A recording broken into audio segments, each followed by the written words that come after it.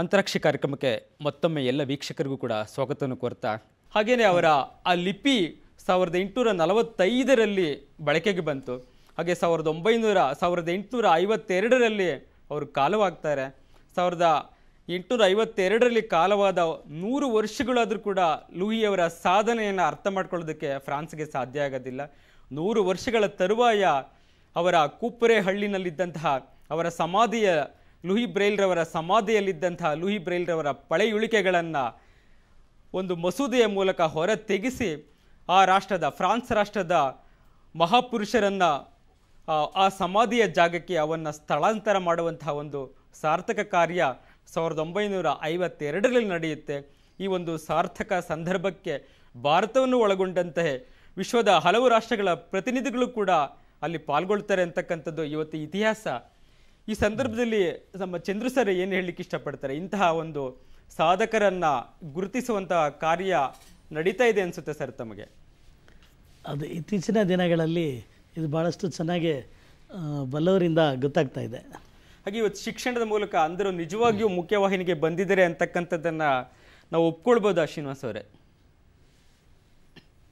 ಖಂಡಿತ ಶಿಕ್ಷಣದ ಮುಖಾಂತರ ಮುಂದೆ ಬರ್ತಾರೆ ಅಂತ ಒಪ್ಕೋಬೋದು.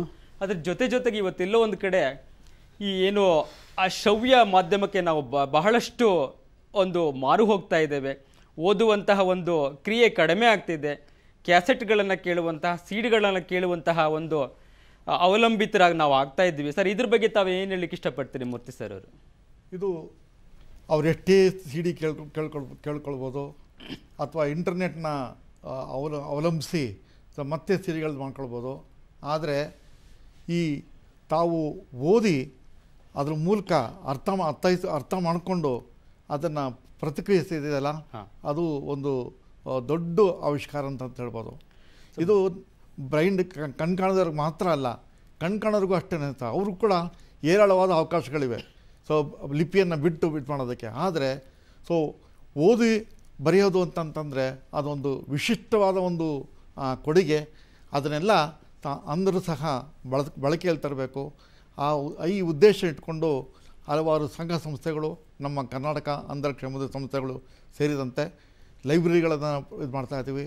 ಮತ್ತು ನಮ್ಮ ಬ್ರೈಲ್ ಕೇಂದ್ರದ ಬ್ರೈಲ್ ಸೆಂಟರ್ ಮೂಲಕ ಇವರಿಗೆಲ್ಲರಿಗೂ ಯಾರು ಬ್ರೈಲ್ ಕಲಿಬೇಕು ಅಂತಿದ್ದಾರೆ ಅವರು ಕಲಿಸೋದಕ್ಕೆ ಮಾಡ್ತಾ ಇದ್ದೀವಿ. ಹಾಗೆಯೇ ರಾಜ್ಯ ಕೇಂದ್ರ ಗ್ರಂಥಾಲಯ ವಿಭಾಗ ಕೂಡ ಒಂದು ಬ್ರೈಲ್ ವಿಭಾಗವನ್ನು ತೆರೆದಿರ್ತಕ್ಕಂಥದ್ದು. ಹಾಗೆ ಕರ್ನಾಟಕ ಅಂತರಾಕ್ಷಿ ಸಂಸ್ಥೆಯಲ್ಲೂ ಕೂಡ ಒಂದು ವಿಶಿಷ್ಟವಾದ ಬ್ರೈಲ್ ಗ್ರಂಥಾಲಯ ಇರ್ತಕ್ಕಂಥದ್ದನ್ನು ಇಡೀ ಅಂಧ ಸಮುದಾಯ ಬಳಸ್ಕೊಳ್ಬೇಕು ಈ ಸಂದರ್ಭದಲ್ಲಿ ಅಂತ ತಾವು ಹೇಳಲಿಕ್ಕೆ ಇಷ್ಟಪಡ್ತೀರಿ ಅಲ್ವಾ ಸರ್? ಹೌದು. ಬಹಳಷ್ಟು ಬೇರೆ ಬೇರೆ ಸಮುದಾಯದ ಕಾರ್ಯಕ್ರಮಗಳನ್ನು ತಾವೆಲ್ಲರೂ ಕೂಡ ನಿರಂತರವಾಗಿ ನೋಡ್ತಾ ಇದ್ದೀರಾ.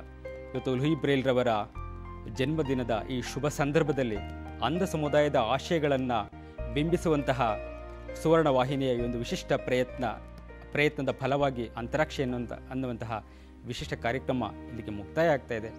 ನನ್ನೊಂದಿಗೆ ಬೇರೆ ಬೇರೆ ಕ್ಷೇತ್ರವನ್ನು ಪ್ರತಿನಿಧಿಸಿದಂತಹ ಎಲ್ಲ ಗೆಳೆಯರಿಗೆ ಹಾಗೆಯೇ ಈ ಕಾರ್ಯಕ್ರಮವನ್ನು ವೀಕ್ಷಿಸಿದಂತಹ ತಮಗೆಲ್ಲರಿಗೂ ಕೂಡ ಸುವರ್ಣ ನ್ಯೂಸ್ ವಾಹಿನಿಯ ಪರವಾಗಿ ಧನ್ಯವಾದಗಳು.